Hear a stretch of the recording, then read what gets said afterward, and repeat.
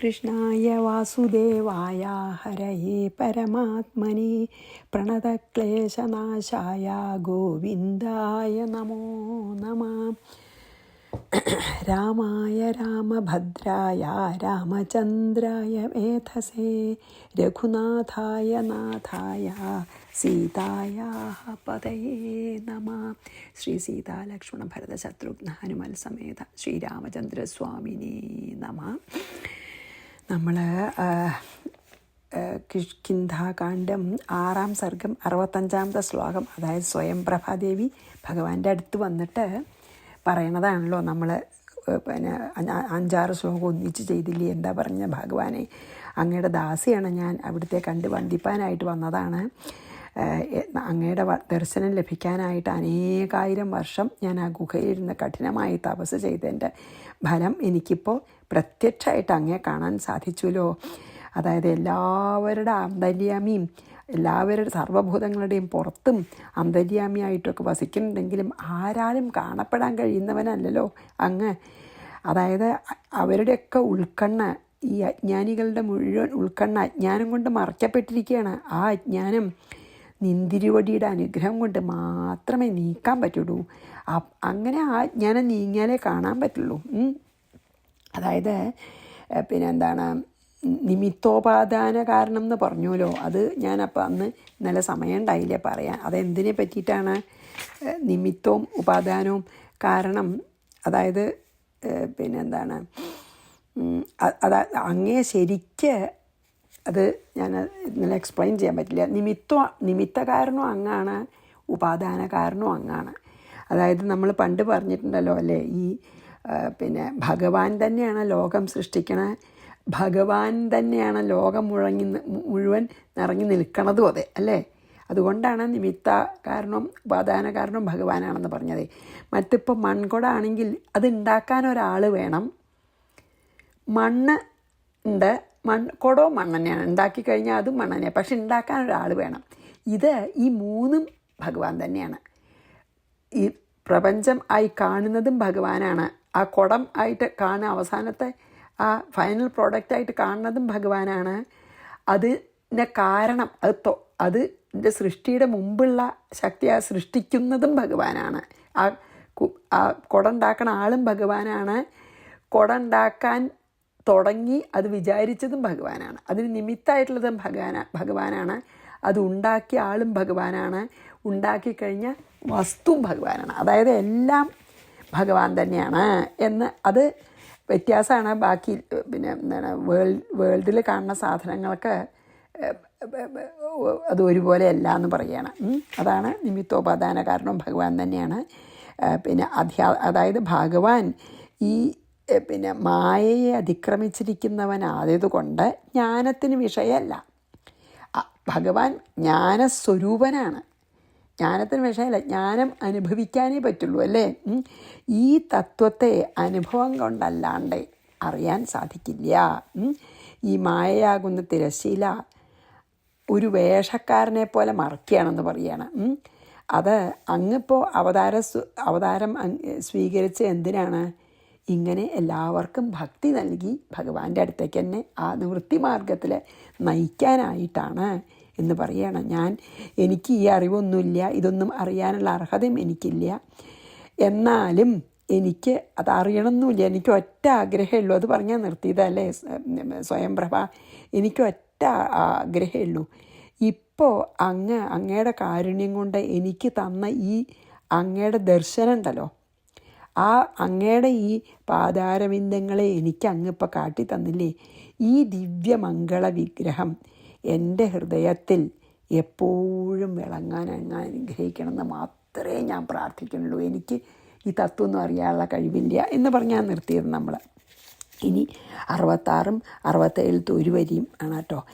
അദർശനം ഭവാർണാനാം സന്മാർഗ പരിദർശനം ധനപുത്ര കളത്രാദി വിഭൂതി പരിദർപ്പിത അകിഞ്ചന ധനം ത്വാദ്യ നാഭിധാതും ജനോർഹതി. ഭവാർണാനാം ഈ സംസാരമാവുന്ന സമുദ്രത്തിൽ കിടക്കുന്നവർക്ക് എന്താ? ദർശനം അല്ല, അദർശനം, കാണാൻ സാധിക്കാത്തവനും അല്ലേ, കാണാൻ സാധിക്കില്ല, അഗോചരനാണല്ലോ. സന്മാർഗ പരിദർശനം, സന്മാർഗത്തെ കാട്ടിക്കൊടുക്കുന്നവനും, അകിഞ്ചനധനം, അകിഞ്ചനന്മാരുടെ ധനവും, അതായത് എല്ലാം ത്യജിച്ചവരുടെ ധനാണ് അങ്ങ്.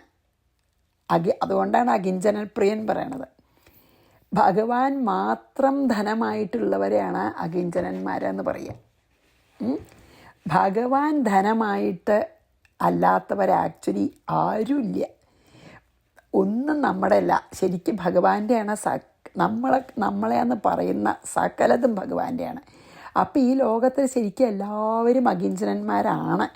പക്ഷേ അകിഞ്ചനന്മാരാണെന്ന് നമ്മൾ ദേഹാഭിമാനം കാരണം ഒരിക്കലും എൻ്റെ കിഞ്ചനന്മാരായിട്ട് ജീവിക്കണം. അപ്പോൾ അകിഞ്ചനന്മാരുടെ ഒരേ ഒരു ധനം എന്താ? ഭഗവാനാണ്. അതാണ് പറഞ്ഞത്, അകിഞ്ചന ധനാണ് ഭഗവാൻ. അകിഞ്ചനന്മാർക്ക്, എല്ലാം ത്യജിച്ചവർക്ക് ധനമായിരിക്കുന്നവനുമായ ത്വാം നിന്തിരുവടിയെ ധനപുത്ര കളത്രാദി വിഭൂതി പരിതർപ്പിത ജനം, അതായത് ധനം, പുത്രന്മാർ, ഭാര്യ തുടങ്ങിയിട്ടുള്ള ഐശ്വര്യലാഭം കൊണ്ട് മതിക്കുന്ന ജനം അദ്യ അഭിധാതു നർഹതി, ഇപ്പോൾ പറയാൻ കൂടി അർഹിക്കുന്നില്ല. എന്താ പറഞ്ഞാൽ വെച്ചാൽ, ഈ സംസാരസാഗരത്തിൽ മുങ്ങി പൊങ്ങി കിടക്കുന്ന ആൾക്കാർക്കൊന്നും ഭഗവാനെ കാണാൻ സാധിക്കില്ല.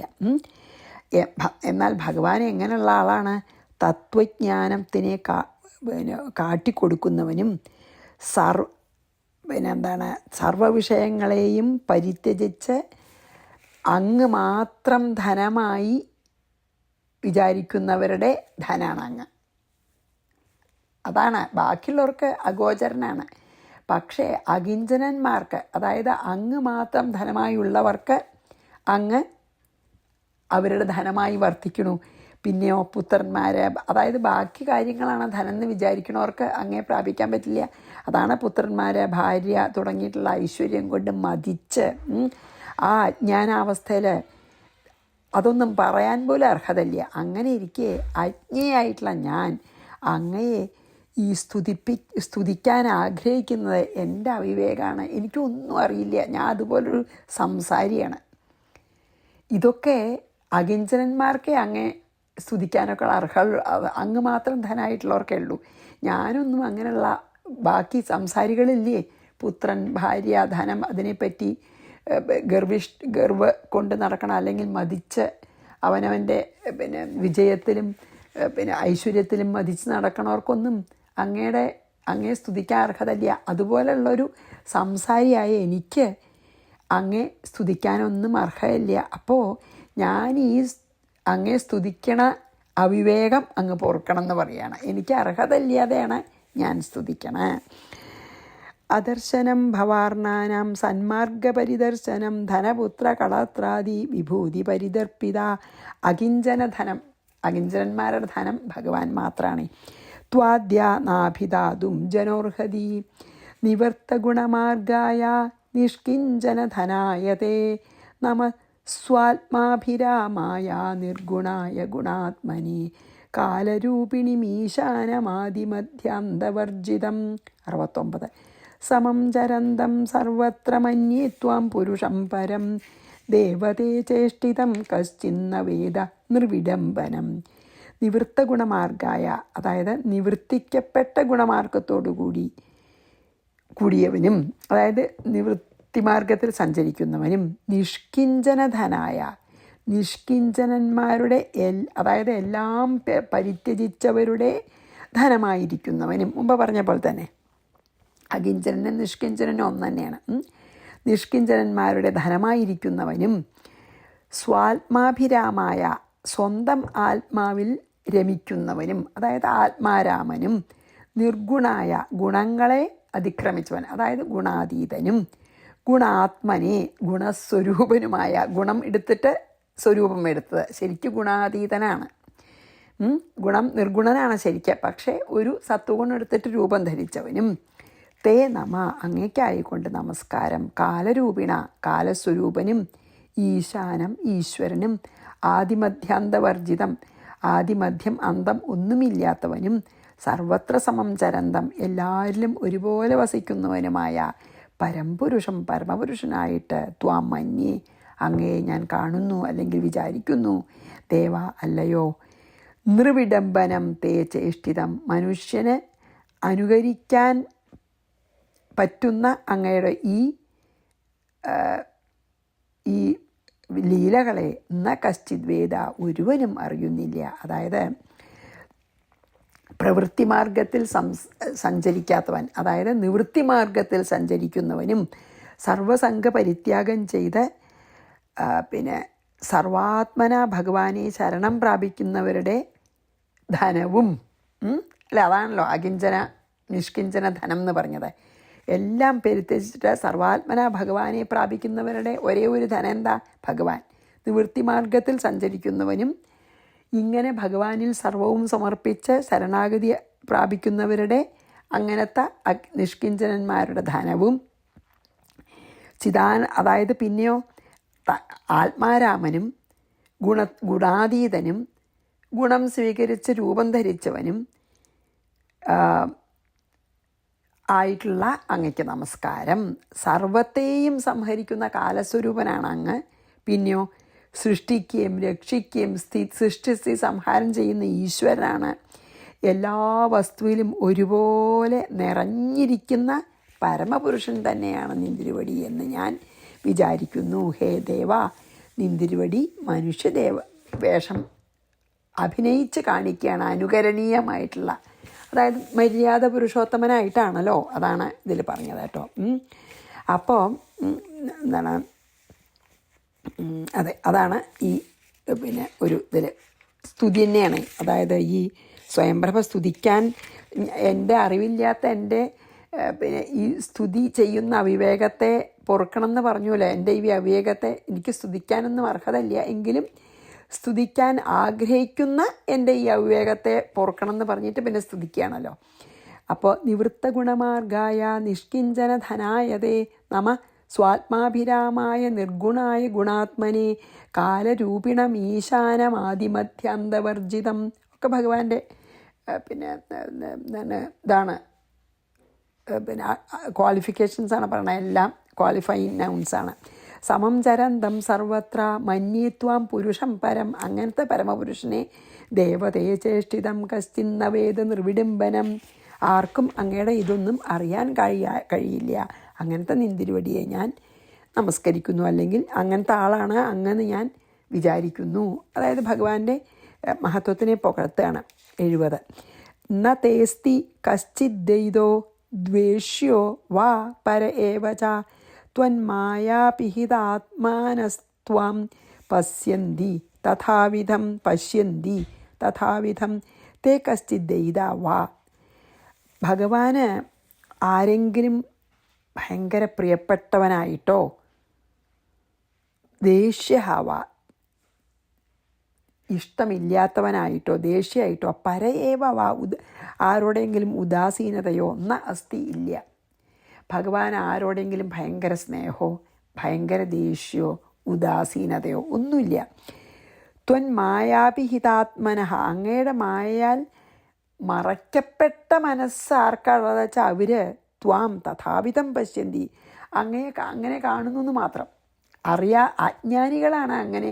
അങ്ങയ്ക്ക് ഒരാളോട് ഇഷ്ടമുണ്ട്, അയ്യോ എനിക്കെന്തിനെങ്ങനെ വരുത്തിയേ, എന്നോട് ദേഷ്യമാണോ, അല്ലെങ്കിൽ എന്നോട് ഇൻഡിഫറൻസ് ആണോ, ഭഗവാൻ ഉദാസീനതയാണോ, ഇതൊക്കെ നമ്മുടെ അജ്ഞാനം കൊണ്ടാണ് തോന്നണത്. കാരണം ഭഗവാൻ ആരും പ്രിയപ്പെട്ടവരോ ആരും പ്രിയപ്പെട്ടവരല്ലാത്തവരോ ആരോടും ഉദാസീനത ഒന്നും ഭഗവാനില്ല. ഇതൊക്കെ അജ്ഞാനികൾക്ക് തോന്നുകയാണ്. അതാണ് ഭഗവാൻ സമഭാവനയുള്ള ആളാണ്. ആരെയും ശത്രുവായിട്ടോ പ്രിയനായിട്ടോ ഉദാസീനായിട്ടോ ഒന്നും ഭഗവാൻ കാണില്ല.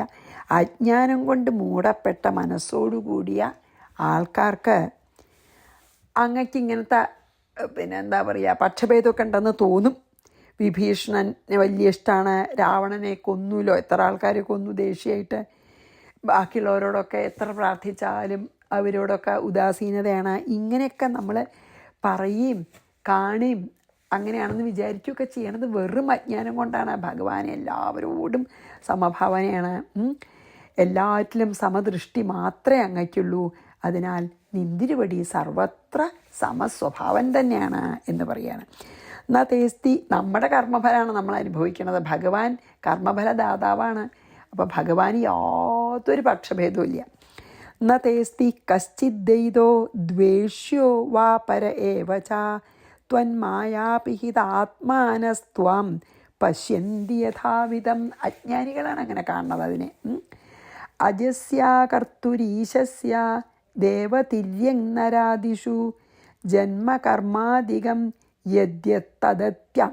അത്യന്ത വിഡംബനം. അജസ്യ ഒരിക്കലും ജനനമില്ലാത്തവനും, അകർത്തു അതായത് കർത്തൃത്വം ഭോക്തൃത്വമൊന്നും ഇല്ലാത്തവനും, ഈശസ്യ എല്ലാവരുടെയും നിയന്താവുമായിരിക്കുന്ന നിന്തിരുപടിയുടെ ദേവതിര്യങ് നരാദിഷു ദേവന്മാർ, തിര്യക്കുകൾ അതായത് വൃക്ഷലതാദികളൊക്കെ, മനുഷ്യർ എന്നിവരിൽ ജന്മകർമാധികം യദ്യത് ജന്മം കർമ്മം എന്നവ ഏതാണോ തദ് അത്യന്ത വിഡംബനം അതെത്രയും അനുകരണം മാത്രം. എന്താ വെച്ചാൽ ഈ ജനിക്കുന്നവരുടെ മുഴുവൻ ആരാണ് സൃഷ്ടിസ്ഥിതി സംഹാരങ്ങൾക്കൊക്കെ കാരണം? ഭഗവാൻ. എല്ലാവരും ഭഗവാനിൽ നിന്നാണ് ജനിക്കുന്നതെന്ന് പറഞ്ഞാൽ എന്താ അർത്ഥം? ഭഗവാൻ എല്ലാവരിലും ഉണ്ട് അന്തര്യാമിയായിട്ട്. ഭഗവാനോ അവനവന് ജനനമില്ല, ഭഗവാൻ അജനാണ്. മാത്രമല്ല ഈ പരിണാമ സ്വഭാവം ഒന്നുമില്ല, കർത്തൃത്വമില്ല, ഭോക്തൃത്വമില്ല, ഒന്നുമില്ല. എല്ലാവരുടെയും നിയന്താവാണ്, ഈശ്വരനല്ലേ. ഇങ്ങനെയുള്ള ഭഗവാൻ പല അവതാരങ്ങളും എടുത്ത്, അതായത് ദശാവതാരം എന്തായാലും നമുക്ക് എടുക്കാം, അങ്ങനെ പല പല അവതാരങ്ങൾ എടുത്തിട്ട് ഈ സർവ്വജീവജാലങ്ങളിലും പിന്നെ അതായത് മത്സ്യമായിട്ട് ജനിച്ചു അല്ലേ, പിന്നെ വരാഹമായിട്ട്, നരസിംഹമായിട്ട്, മനുഷ്യന്മാരായിട്ട് ഒക്കെ ജനിക്കണ്ട അല്ലേ. പല യോനികളിലും പിന്നെ എന്താണ് അങ്ങ് അവതാരം എടുത്തിട്ടുണ്ട്. അങ്ങനെ ഇപ്പോൾ രാമനും കൃഷ്ണനൊക്കെ മനുഷ്യനായിട്ടല്ലേ, അങ്ങനെ ജനിക്കുകയും ഈ ലോക നന്മയ്ക്കായിട്ട് കർമ്മങ്ങൾ നടത്തുകയും ചെയ്യുന്നതൊക്കെ നമുക്ക് അത് അവരങ്ങനെ ജന്മെടുത്ത് ചെയ്യണമെന്ന് തോന്നുകയുള്ളൂ. ഭഗവാൻ ജന്മെടുക്കണില്ല. പക്ഷേ നമുക്ക് അജ്ഞാനം കൊണ്ട് തോന്നുകയാണ്. അങ്ങനെ പലതരത്തിൽ വന്ന് ഇതെടുത്തിട്ട് അഭിനയിക്കുന്നു എന്നല്ലാതെ അതൊന്നും ശരിക്ക് വാസ്തവമല്ല. ശ്രീരാമൻ എന്ന് പറഞ്ഞാൽ ഇവിടെ പരബ്രഹ്മം തന്നെയാണെന്ന് ഞാൻ അറിയണു. അങ്ങ് സത്വഗുണം സ്വീകരിച്ച് ഒരു പ്രത്യേക ഉദ്ദേശത്തിന് ഈ ഒരു രൂപം എടുത്തു എന്നേ ഉള്ളൂ. പക്ഷെ അങ്ങ് പരബ്രഹ്മം തന്നെയാണ്, ഒരു വ്യത്യാസമില്ല, പരബ്രഹ്മരൂപി തന്നെയാണ് അങ്ങ്. പക്ഷെ അതല്ലാന്ന് അങ്ങ് മനുഷ്യനായി അവതരിച്ചു വെറും മനുഷ്യനാണെന്ന് കാണുന്നുണ്ടെങ്കിൽ അത് ആ വിചാരിക്കുന്ന ആളുടെ അജ്ഞാനം മാത്രമാണ്. അങ്ങ് പരബ്രഹ്മസ്വരൂപി ആയിക്കൊണ്ട് തന്നെ ഈ അവതാരങ്ങളൊക്കെ എടുക്കണു ലോക നന്മയ്ക്കായിട്ട്, അത്രയേ ഉള്ളൂ എന്ന് പറയണം. അജസ്യാകർത്തുരീശസ്യ ദേവതിര്യങ് അല്ലേ, ദേവന്മാരായിട്ട് ജനിച്ചു, പിന്നെ എന്താണ് ഈ മൃഗങ്ങളായിട്ട് ജനിച്ചു, ഒക്കെ ചെയ്തു. ജന്മകർമാദി അങ്ങനെ ജന്മെടുത്തു എന്ന് നമ്മൾ വിചാരിക്കുകയാണ്. അത്യന്ത വിഡംബനം. അങ്ങനെ നമുക്ക് അനുകരിക്കാൻ കാണുന്ന ഇപ്പോൾ ശ്രീരാമൻ്റെയൊക്കെ മര്യാദ പുരുഷോത്തമനായിട്ട് അങ്ങ് അത് ആൾക്കാർക്ക് അനുകരിക്കത്തക്കത് ഒരു അവതാരം എടുത്തു. ഇനി അനുകരിക്കാൻ പാടില്ലാത്ത അവതാരങ്ങളുണ്ട്. ശ്രീകൃഷ്ണൻ പറയണത് നമുക്ക് കേൾക്കാനേ പാടുള്ളൂ, ശ്രീകൃഷ്ണനെ അനുകരിക്കാൻ പാടില്ല. ശ്രീരാമൻ പറയണതും കേൾക്കാം, അനുകരിക്കുകയും ചെയ്യാം. കാരണം ഒരു മനുഷ്യനായിട്ടാണ് അവതരിച്ചത്. പക്ഷേ ശ്രീകൃഷ്ണൻ അങ്ങനെയല്ല. ശ്രീകൃഷ്ണൻ പറയണതൊക്കെ നമ്മൾ കേൾക്കണം, അനുസരിക്കണം. പക്ഷെ ശ്രീകൃഷ്ണൻ ചെയ്യണത് മുഴുവൻ അനുകരിക്കാൻ പാടില്ല. അപ്പം അങ്ങനെ പലതരത്തിലുള്ള അവതാരങ്ങൾ ആവശ്യം അനുസരിച്ച് ചെയ്യണു. ഇനി 6 ശ്ലോകം ഒന്നിച്ചാണ് കേട്ടോ, സമയം പോവുമെന്നറിയില്ല, സാരില്ല, ചെയ്യാം. ത്വാമാഹുരക്ഷരം ജാതം കഥാശ്രവണസിദ്ധയേ കേജിൽ കോസലരാജസ്യ തപസഭരസിദ്ധയേ കൗസല്യയാ പ്രാർത്ഥ്യമാനം ജാതമാഹുപരേ ജനാ ദുഷ്ടരാക്ഷസഭൂഭാരഹരണായാർത്ഥിതോ വിഭു ബ്രഹ്മണാ നരരൂപേണ ജാതോയമിതി കേചന ശൃണ്വന്തി ഗായന്തി ചയേ കഥാസ്തേ രഘുനന്ദന പശ്യന്തി തവ പാദാബ്ജം ഭവാർണവ സുതാരണം തന്മായാ ഗുണബദ്ധ്വാഹം വ്യതിരിക്തം ഗുണാശ്രയം കഥം ത്വാം ദേവ ജാനീയാം സ്തോതും വാ അവിഷയം വിഭും നമസ്യാമി രഘുശ്രേഷ്ഠം ബാണാസന ശരാന്വിതം ലക്ഷ്മണേന സഹ ഭ്രാത്ര സുഗ്രീവാദിഭിരന്വിതം. ഏവം സ്തുതോ രഘുശ്രേഷ്ഠ പ്രസന്ന പ്രണതാഹൃദ് ഉവാച യോഗിനിം ഭക്താം കിം തേ മനസി കാംക്ഷിതം. ഇനി ഇതോടെ സ്വയംപ്രഭയുടെ സ്തുതി കഴിയും. അക്ഷരം ത്വാം, അതായത് അക്ഷരം ചെന്താ ക്ഷയമില്ലാത്തവൻ, നാശരഹിതനാണെങ്കിലും നിന്തിരുവടിയെ കേജിത് ചിലർ കഥാശ്രവണസിദ്ധയെ, അതായത് കഥ കേൾക്കാനായിക്കൊണ്ട് ജാതം ആഹു ജനിച്ചു എന്ന് പറയുന്നു. കോസലരാജസ്യ തപസഹ സിദ്ധയെ, അതായത് കോസലരാജാവിൻ്റെ ദശരഥൻ്റെ തപസ്സിൻ്റെ ഫലം നൽകാനായിട്ട് കൗസല്യയാ പ്രാർത്ഥ്യമാനം, കൗസല്യം പ്രാർത്ഥിച്ചിട്ട് ജാതം, അങ്ങനെ അവരുടെ മകനായി ജനിച്ചു എന്നും പരേ ജനാഹ അഹു മറ്റു പലരും പറയുന്നു. ദുഷ്ടരാക്ഷസ ഭൂഭാരഹരനായ, ദുഷ്ടരാക്ഷസന്മാരുടെ ഹനിച്ച് ഭൂഭാരം തീർക്കാനാണെന്ന്, അങ്ങനെ അതിനാണ് ബ്രഹ്മണ അർത്ഥിത, ബ്രഹ്മാവിനാൽ അർത്ഥിക്കപ്പെട്ടിട്ടാണ് ഈ ഭഗവാൻ നരരൂപേണ ജാത, മനുഷ്യനായി ജനിച്ചത് എന്ന് കേചന ആഹു ചിലർ പറയുന്നു. പലരും പലതും പറയും. ചിലർ പറയും ദശരഥൻ്റെ തപസ്സിന് ഫലം കൊടുക്കാനാണ് ജനിച്ചത്. ചിലർ പറയും കൗസല്യയുടെ പ്രാർത്ഥനയ്ക്ക് ഫലം നൽകാനാണ് ശ്രീരാമനായി ജനിച്ചത് പറയും. ചിലർ പറയും എന്താ പറയുക, രാക്ഷസന്മാരെ കൊന്ന് ഭൂഭാരം തീർക്കാനാണെന്ന് വേറെ ചിലർ പറയും. രഘുനന്ദനാഹേ രഘുനാഥ തേ കഥ, അങ്ങയുടെ കഥകളെ യേ ശൃണന്തി ഗായന്തി ച, ആരാണ് ശ്രവിക്കുകയും പാടുകയും ചെയ്യുന്നത്, തേ അവർ ഭവാർണവസുതാരണം തവ പാദാബ്ജം, സംസാര സമുദ്രത്തെ സുഖമായി കടത്തുന്ന ഒരു തോണിയാണ് അങ്ങയുടെ പാദപത്മം എന്ന് പശ്യന്തി കാണുന്നു. ത്വൻ മായാഗുണബദ്ധാഹം വ്യതിരിക്തം, അങ്ങയുടെ മായാഗുണങ്ങളാൽ ബന്ധിക്കപ്പെട്ട ദേഹാഭിമാനത്തിൽ നിന്ന് വേറിട്ടവനും, അതായത് ഭഗവാന് ദേഹാഭിമാനമൊന്നുമില്ല, മായെന്ന് വേറിട്ട് നിൽക്കുന്ന ആളാണ്. ഗുണാശ്രയം, ഗുണങ്ങളെ മായത്തു ഗുണങ്ങളെ പ്രവർത്തിപ്പിക്കുന്നവനും, അവിഷയം മനസ്സിനും വാക്കിനും വിഷയമല്ലാത്തവനും, വിഭും ത്വം സർവവ്യാപിയും ദേവാഹേ ശ്രീരാമഭഗവാനെ കഥം ജാനീയാം, എനിക്ക് എങ്ങനെ അറിയാൻ പറ്റും അങ്ങയുടെ ഈ മഹാത്മ്യം, സ്തോതും വാ സ്തുതിക്കാൻ എങ്ങനെ സാധിക്കും, സ്തുതിക്കാനും സാധിക്കില്ല. ബാണാസന ശരാന്വിതം, വില്ലും അമ്പും ധരിച്ചവനും, ഭ്രാത്ര ലക്ഷ്മണന സഹ, ഭ്രാതാവായിട്ടുള്ള അനിയനായ ലക്ഷ്മണനോടുകൂടിയും, സുഗ്രീവാദിഭി അന്വിത, സുഗ്രീവ ആദികളോട് ചേർന്നവനുമായ രഘുശ്രേഷ്ഠം നമസ്യാമി, രഘുശ്രേഷ്ഠനെ ഞാനിതാ നമസ്കരിക്കുന്നു. ഏവം സ്തുതഃ, ഇപ്രകാരം സ്തുതിക്കപ്പെട്ടവനും, പ്രണതാഹൃത് നമിക്കുന്നവരുടെ മുഴുവൻ അഖത്തെ പാപത്തെ ഹരിക്കുന്നവനും, പ്രസന്ന രഘുശ്രേഷ്ഠ പ്രസന്ന മുഖത്തോടു കൂടിയ പ്രസാദിച്ചവനുമായ രഘുപതി, ഭക്താം യോഗിനിയും ഭക്തയായ ഈ സ്വയംപ്രഭ എന്ന യോഗിനിയോട്, തേ മനസ്സി കാക്ഷിതം കിം ഇതി ഉവാച, നിൻ്റെ മനസ്സിൽ ഇതിനൊക്കെ എന്താണ് ആഗ്രഹം എന്ന് പറയാൻ പറഞ്ഞു. ഈ സ്തുതി കഴിഞ്ഞിട്ട് ഭഗവാൻ ഇപ്രകാരം പറഞ്ഞു എന്ന് പറഞ്ഞിട്ടാണ് എന്താണ് നിൻ്റെ ആഗ്രഹം എന്ന് ചോദിച്ചു എന്ന് പറഞ്ഞിട്ടാണ് നിർത്തുന്നത്. അപ്പോൾ ഈ 5-8 ശ്ലോകത്തിൽ പറഞ്ഞെന്താ വെച്ചാൽ, ലോകത്തിലെ ഭക്തന്മാർക്ക് കഥാശ്രവണം സാധിക്കാൻ വേണ്ടിയിട്ട് ആണ് അങ്ങ്, എല്ലാവർക്കും ഭക്തിയൊക്കെ നൽകാൻ വേണ്ടിയിട്ടാണ് അങ്ങ് ജനിച്ചതെന്ന് ചിലർ പറയുന്നു. ചിലർ പറയുന്നു അയോധ്യയിലത്തെ രാജാവായ ദശരഥൻ്റെ തപസ്സിൻ്റെ ഫലം നൽകാനാണ് അങ്ങ് ജനിച്ചതെന്ന് പറയുന്നു രാമനായിട്ട്. ചിലർ പറയുന്നു കൗസല്യാദേവി എനിക്ക് നല്ലൊരു മകൻ ഉണ്ടാവണമെന്ന് പ്രാർത്ഥിച്ചപ്പോൾ അതിൻ്റെ ഫലമായിട്ടാണ് കൗസല്യയുടെ മകനായിട്ട് അങ്ങ് അവതരിച്ചതെന്ന് പറയുന്നു. വേറെ ചിലർ അങ്ങനെ പറയുന്നു. വേറെ ചിലർ എന്താ പറയണേ, ദുഷ്ടന്മാരായിട്ടുള്ള രാക്ഷസന്മാരെയൊക്കെ ഹനിച്ച് ഭൂമിയുടെ ഭാരം തീർക്കണേ എന്ന് ബ്രഹ്മാവ് പ്രാർത്ഥിച്ചതുകൊണ്ട് അതിനു വേണ്ടി ജന്മെടുത്തതാണ് ശ്രീരാമനായിട്ടെന്ന് പറയുന്നു ചിലർ. ഹേ രഘുപതേ, ഇങ്ങനെ ഭഗവാന്റെ കഥകളെ ആരൊക്കെയാണ് കേൾക്കണേ, ഏത് നിലയ്ക്ക് പറഞ്ഞാലും ആരൊക്കെ കേൾക്കുകയും ഏത് തരത്തിലുള്ള കഥയായാലും ഭഗവത് കഥകളെ കേൾക്കുകയും കീർത്തിക്കുകയും ചെയ്യണവർ ഈ സംസാര സാഗരത്തെ സുഖമായി കടത്തും. അങ്ങ് ആരാണ് ഭഗവാന്റെ കഥകൾ കേൾക്കുകയും കീർത്തിക്കുകയും ചെയ്യണം, അവരെ ഭഗവാൻ ഈ സംസാര സാഗരത്തെ സുഖമായി കടത്തിവിടും. അങ്ങനത്തെ ഒരു തോണിയാണ് അങ്ങയുടെ പാതാരവിന്ദം. നിന്തിരുവടിയുടെ മായയിൽ നിന്നുണ്ടായിരുന്ന ഈ രജസ് തമോ ഗുണങ്ങൾ കാരണം എല്ലാവർക്കും ഈ ദേഹാഭിമാനം ഉണ്ടാവണു.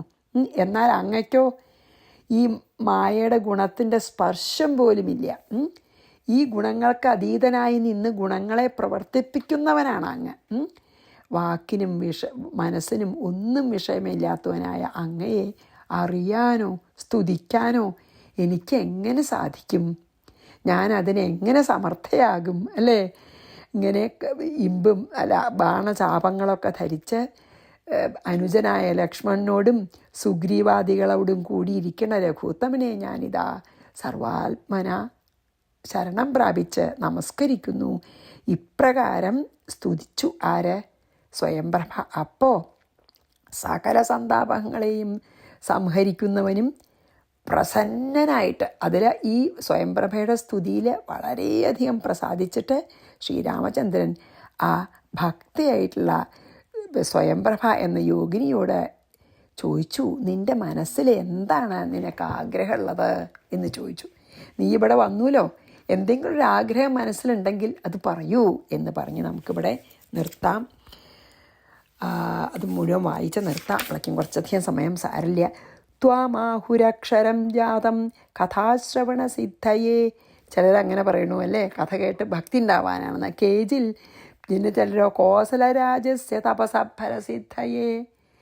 പിന്നെയോ ചിലരെ കൗസല്യയാ പ്രാർത്ഥ്യമാനം ജാതമാഹു പരേ ജനാഹ. വേറെ ചിലർ പറയണു കൗസല്യയുടെ പ്രാർത്ഥന കൊണ്ട്. ദുഷ്ടരാക്ഷസ ഭൂഭാരഹരണായാർത്ഥിതോ വിഭൂ.